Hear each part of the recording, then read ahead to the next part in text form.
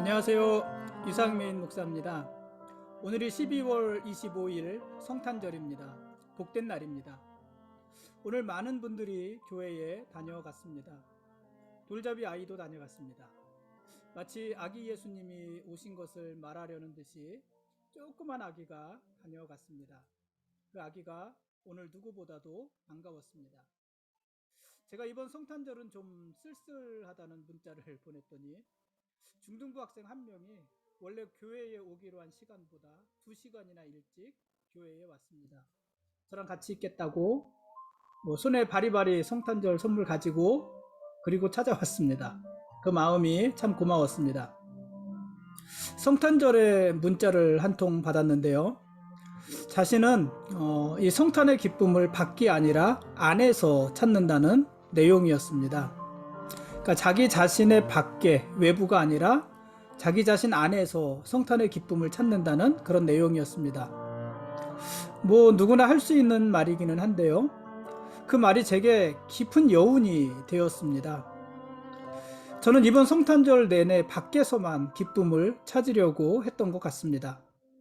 성탄절 모임을 마음껏 모이지 못하는 것에 대해서 서운해했고, 또 썰렁한 예배당을 보면서 마치 주님이 계시지 않는 것처럼 쓸쓸해했습니다. 그런데 그것은 모두 밖에서 일어나는 일이고, 정말 중요한 것은 제 안에 예수님이 오셨는가 하는 것이었습니다. 예수님이 제 마음에 찾아오셨으면 이번 성탄절도 은혜와 기쁨이 넘치는 날이었을 것이고, 제 마음에조차 예수님이 찾아오지 않으셨다면 이번 성탄절에 우리가 아무리 많은 사람들이 모여서 화려한 행사를 했다 해도 쓸쓸한 성탄절이었을 것입니다. 후배 목사님이 보내준 문자였는데요. 그 문자 한 통이 이번 성탄절에 대한 제 감정을 한 번에 정리해 주었습니다. 그래서 참 고마웠습니다. 여러분, 오늘 성탄절 하루 잘 보내셨습니까? 그러셨기를 바랍니다. 오늘 말씀 보시겠습니다.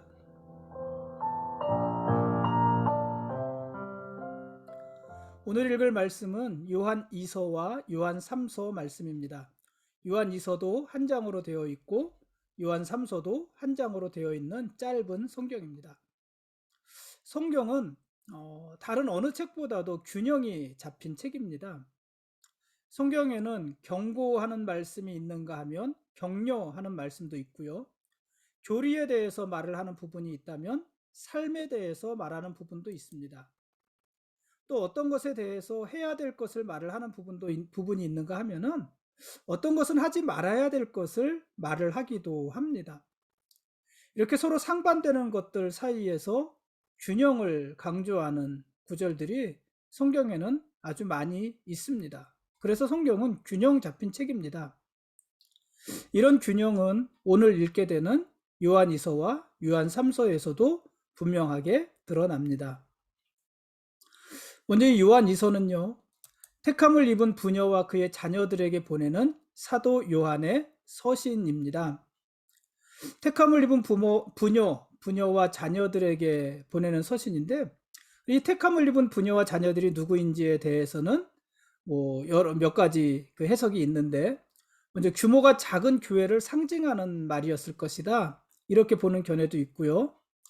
또는 사도 요한 당시에 실제로 있었던 어떤 사람, 사도 요한과 깊은 관계에 있었던 어떤 사람이었을 것이다, 이렇게 보는 견해도 있습니다. 보통은 그 택함을 입은 부녀와 자녀들을 교회로 보는 것이 아니라 사도 요한 시대에 실제로 있었던 어떤 사람들이고, 사도 요한이 그들에게, 그 부녀와 자녀들에게 보낸 서신이 요한 2서다, 이렇게 보는 것이 더 일반적입니다. 사도 요한이 요한 2서를 기록할 당시에는요, 사도 요한이 기록할 때뿐만 아니라 이 초대교회들은요, 오늘날처럼 큰 건물을 가지고 그곳에서 예배를 드렸던 것이 아니고 대부분 성도들의 집에서 모여서 예배를 드렸습니다. 그러니까 초대교회들은 대부분이요, 성도들의 가정에서 출발하고 또 그 성도들의 가정에서 드려지는 예배를 드리고 그곳을 교회다, 이렇게 말을 하는 경우들이 많이 있습니다. 그 당시의 교회 조직은 대부분 비공식적이었고요. 오늘날 우리가 너무 자연스럽게 보는 이렇게 인쇄된 성경도 없었습니다. 성경도 없을 때 어떻게 하나님의 말씀을 전하고 들을 수 있었을까요? 당시의 예배는 한 지역의 교회를 담임하는 목사나 아니면은 각 지역을 순회하는 순회 전도자들이 하나님의 말씀을 전했습니다. 특히 순회하면서 하나님의 말씀을 전하는 사람들이 많았는데, 사실 사도 바울은 교회를 개척하고 목회한 사람이기도 하지만은, 그러나 여러 교회를 순회하면서 복음을 전했던 순회 전도자이기도 하지 않았습니까? 어쨌든 그런 사람들에 의해서 하나님의 말씀이 전해졌고, 그들은 대부분 하나님의 말씀을 올바로 선포했습니다. 그러나 간혹 거짓 교사들이 은밀히 교회에 들어와서 잘못된 말씀을 전하는 경우들도 있었습니다. 오늘 우리가 보는 요한일서 7절에도 미혹하는 자가 세상에 많이 나왔나니 이렇게 말을 하잖아요. 미혹하는 자들, 거짓 교사들, 이단들, 이들이 많이 있었다는 이야기입니다. 당시 순회하는 전도자들은 어디서 어떻게 생활했을까요? 당시 순회하는 전도자들은요, 어느 지역에 가게 되면은 대부분 그 지역의 성도들의 가정에 초대되었고 또 그곳에 머물렀습니다. 사도 요한의 편지를 수신하는 이 택하심을 입은 부녀도 순회 전도자들을 집에다가 초대했던 것 같습니다. 근데 그렇게 초대된 사람들 중에 거짓 전도자가 있었던 것입니다. 그래서 거짓 전도자들, 거짓 교사들, 이단들이 있었다는 얘기예요. 그래서 사도 바울은 그 부녀에게 편지를 보내서 사람을 사랑하되 진리를 지키기 위해서 거짓 교사들을 경계할 것을 함께 말하고 있는 것입니다. 한마디로 말하면 사랑하되 사랑의 한계를 설정하라는 것입니다. 무조건적인 사랑, 맹목적인 사랑을 해서는 안 된다는 것입니다. 사랑의 한계를 설정하라는 것이 무슨 말일까요? 사랑의 한계를 설정하라는 것은요, 사랑이라는 명목으로 미혹하는 자들, 거짓 교사들, 이단들을 환대하지 말라는 것입니다. 미혹하는 자들까지 용납하는 무분별한 사랑은요, 자칫 교회와 성도들을 무너뜨리는 독이 될 수도 있기 때문입니다. 그래서 어느 신학자는요, 진리와 분별력은 사랑이 흐르는 양쪽 제방이다 이렇게 말을 했어요. 이 뚝 사이로 강물이 흐르는 것처럼, 그렇죠? 양쪽에 뚝이 있고 그 사이로 강물이 흐르는 것처럼 사랑이 흘러가는데 양쪽에 사랑과 진리가 뚝으로 있다는 것이에요. 제방으로 있다 하는 것입니다. 그 뚝이 튼튼하면은요, 이 가운데 물이 아무리 많이 흘러도 범람하지 않으면은 안전합니다. 그 제방이 물을 가둬주기 때문이죠. 근데 제방에 구멍이 생기고, 그래서 제방이 무너지면 어떻게 될까요? 물이 그쪽으로 쏠리면서 그 지역에 물난리가 나는 것 아니겠습니까? 물은 유익한 것이지만 물은 난리가 나면 모든 것을 다 쓸어버리고 망하게 하는 아주 무서운 것이 되는 것입니다. 여러분, 사랑도 그렇습니다. 사랑은 좋은 것이지요. 그러나 이 길을 따라 흘러야 되는 것이에요. 사랑이 만일 한쪽 뚝이 무너져서 넘쳐나게 된다면, 범람하게 된다면은 그것은 좋은 것이 아니라 그쪽 지역을 회파시키는 아주 무서운 것이 될 수도 있다는 것입니다. 근데 이 사랑의 뚝이 무엇이냐면은 진리와 분별이라는 것이에요. 사랑을 지키기 위해서는 진리와 분별이 모두 중요하다는 것입니다. 만일 이 진리와 분별 중에 어느 한쪽이 무너지게 되면은 사랑도 무너지는 것입니다. 그러므로 우리는 사람을 사랑하되 그리스도 안에서 사랑해야 되는 것입니다. 사랑하되 분별해야 되고 그 사랑으로 진리를 훼손하지 말아야 하는 것입니다. 요한 이서에서 사도 요한이 선택받은 부녀와 그 자녀들에게 하는 이야기입니다. 이어서 요한 3서인데요. 요한 3서는 초대교회의 추한 부분들도 드러냅니다. 우리는 흔히 초대교회로 돌아가자는 말을 많이 하지 않습니까? 초대교회로 돌아가자. 초대교회로 돌아가자. 초대교회에 대한 막연한 동경 같은 것이 우리에게 있는 것입니다. 많은 사람들이 초대교회에는 분열도 없고 교리적으로도 정결했을 것이다 이렇게 생각을 합니다. 그러나 우리가 사도행전에서도 보았고 지금까지 바울 서신을 통해서 많은 교회들을 보았지만 초대교회는 결코 그렇게 정결하지도 않고 완전하지도 않습니다. 오늘날 교회와 마찬가지로 초대교회에도 많은 문제들이 있었습니다. 고린도 교회는요, 내부적인 갈등과 분열이 심각했잖아요. 문제였지요. 골로새 교회와 갈라디아 교회는요, 이단의 문제로 시끄러웠습니다. 심지어 라오디게아 교회는요, 주님께서 토해버리고 싶다고 말하는 그런 교회였습니다. 내가 토해버리고 싶다. 이런 교회였습니다. 그리고 최초의 교회였던 예루살렘 교회는요, 재정적으로, 경제적으로 굉장히 어려운 교회였고, 그래서 다른 교회의 도움을 받아야지만 하는 그런 교회였습니다. 이처럼 초대교회에는요, 많은 문제들이 있었습니다. 초대교회는 우리가 동경하는 그런 이상적인 교회가 아니었다는 것입니다. 아니, 초대교회 성도들도 우리와 똑같이 연약한 사람들이 모인 곳인데 왜 문제가 없겠어요? 요한 3서는 바로 그런 연약함, 교회의 연약함, 또 성도들의 연약함을 드러내는 것이 아닌가, 이런 생각도 하게 됩니다. 요한 3서에는요, 세 사람이 나옵니다. 가이오, 디오드레베, 또 데메드리오, 이렇게 세 사람이 나오는데요. 먼저 이 요한 3서는 사도 요한이 가이오라는 사람에게 보내는 편지예요. 첫 번째 등장하는 사람이 가이오지요. 사도 요한은 이 가이오를요, 사랑하는 자 이렇게 불렀어요. 사랑하는 자. 그리고 이 사도 요한은 이 가이오에 대해서 어떻게 평가를 했냐면은, 가이오는 진리 안에서 행하는 사람이다 이렇게도 말을 했고요. 하여튼 이 가이오에 대한 특별한 감정이 있었던 것 같아요. 그도 그럴 것이요. 이 가이오라는 사람은 사도 바울에 의해서 복음을 받아들이고 그래서 개종한 사람이었던 것 같습니다. 그래서 사도 바울은 이 가이오를 자기가 낳은 자식 중 한 사람이다 이렇게 부릅니다. 물론 여기서 사도 바울이 자녀를 낳았다, 내가 낳은 자녀다 이렇게 말할 때 그 자녀는 결혼해서 낳은 아들 이렇게 말을 하는 것이 아니라 복음으로 낳은 자녀다 이런 의미죠. 그러니까 사도 바울이 가이오에게 복음을 전했고 가이오가 그 복음을 받아들였고 영접했고, 그래서 그 가이오를 사도 바울은 내가 복음으로 낳은 자녀 이렇게 말을 하는 것입니다. 대단한 사람이죠. 좋은 사람이죠. 그러나 모든 사람이 가이오와 같았던 것은 아니고 교회 안에 가이오와 같은 사람만 있었던 것도 아닙니다. 디오드레베라는 사람이 있었는데요. 이 디오드레베라는 사람은 똑똑한 사람이었던 것 같아요. 그래서 그는 으뜸되기를 좋아하는 사람이었다. 9절에 그렇게 이야기를 하죠. 자기가 최고의 자리에 올라가는 것을 좋아했던 사람입니다.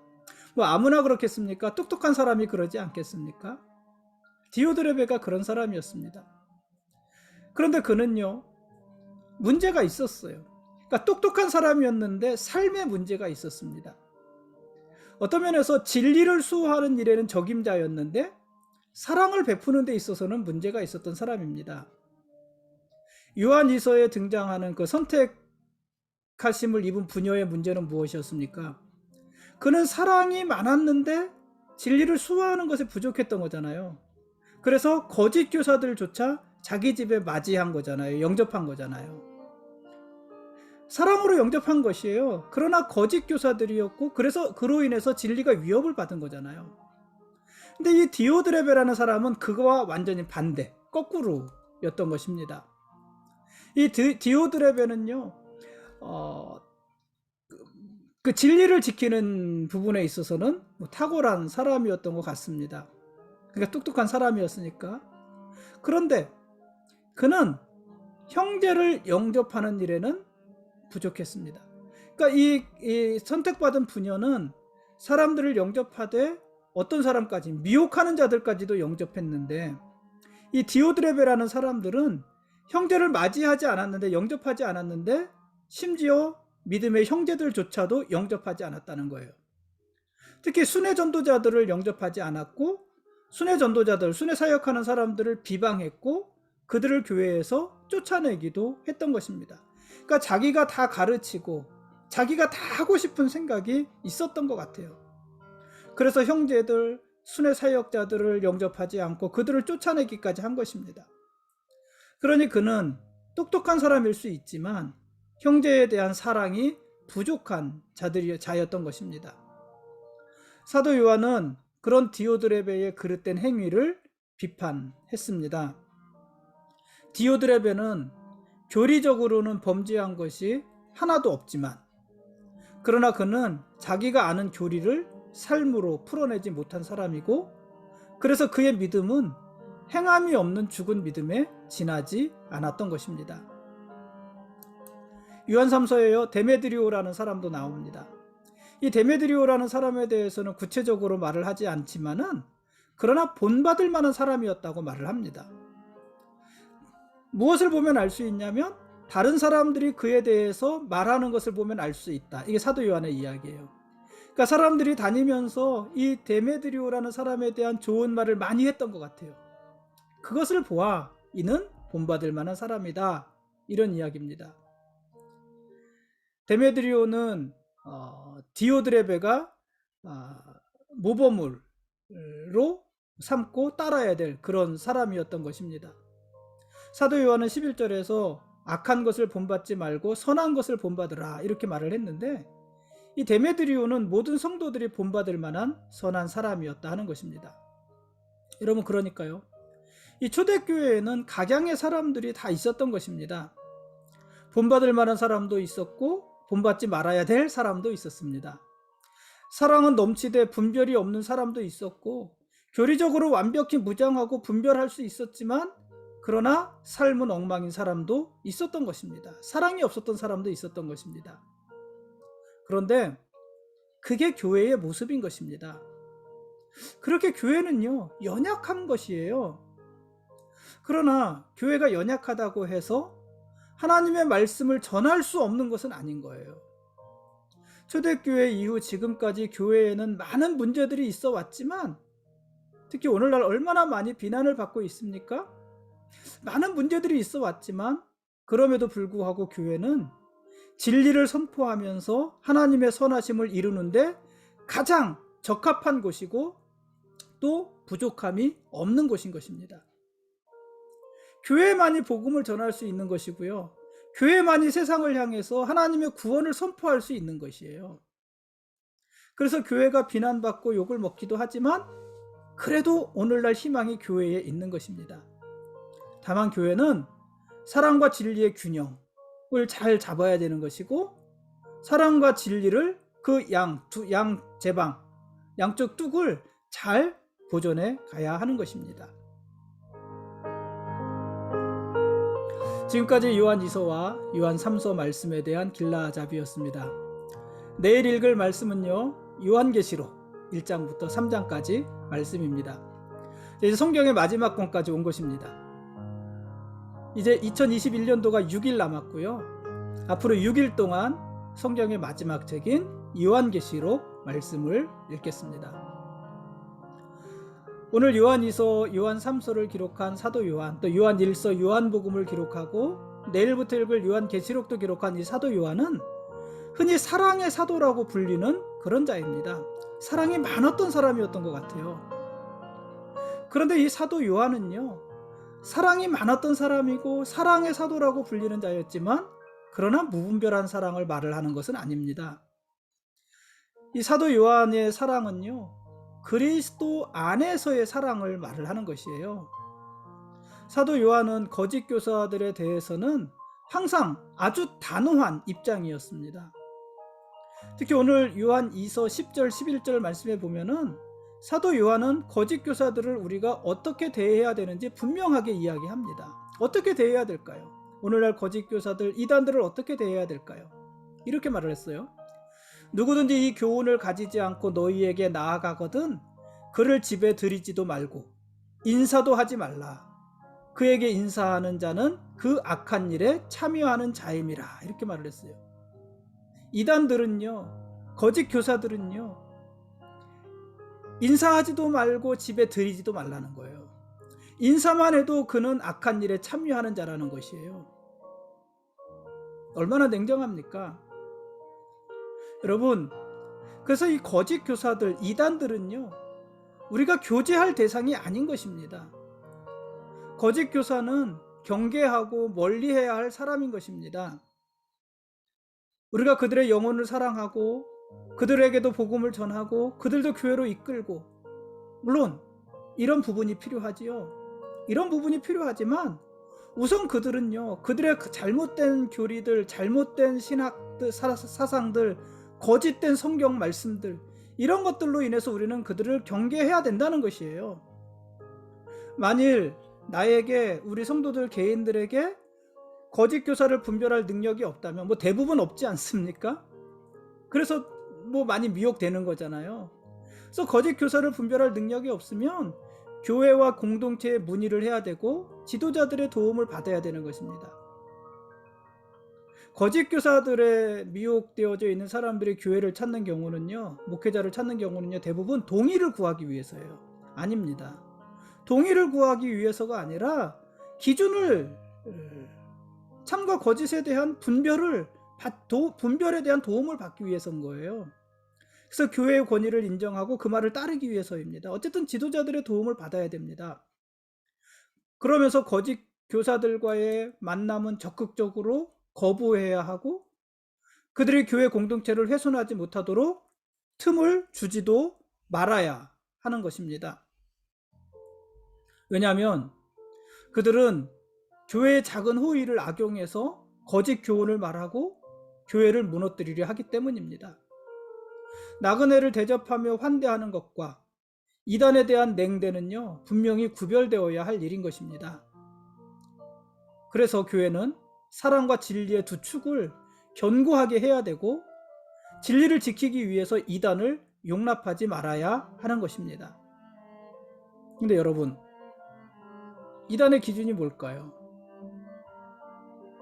우리 성도들 개개인이 어떤 기준을 가지고 이단을 분별할 수 있겠습니까? 쉽지 않죠. 목회자들도 사실 쉽지 않습니다. 그 부분이. 그래서 정통적인 한국 교회가 이단으로 규정한 단체들은요, 여러분, 교우들 한 사람 한 사람들도 거기가 이단인 줄 알아야 하는 것입니다.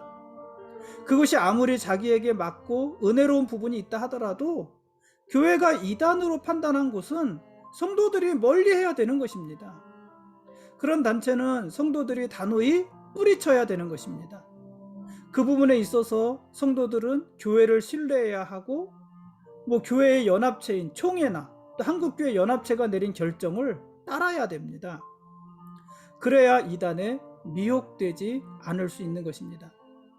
그래서 어제도 잠시 그런 얘기를 했지만은요, 은밀한 모임들은 여러분 주의해야 되는 것이에요. 교회다 밝히지 않는 은밀한 모임들, 교회 몰래 모이는 사적인 모임들은 주의해야 되는 것입니다.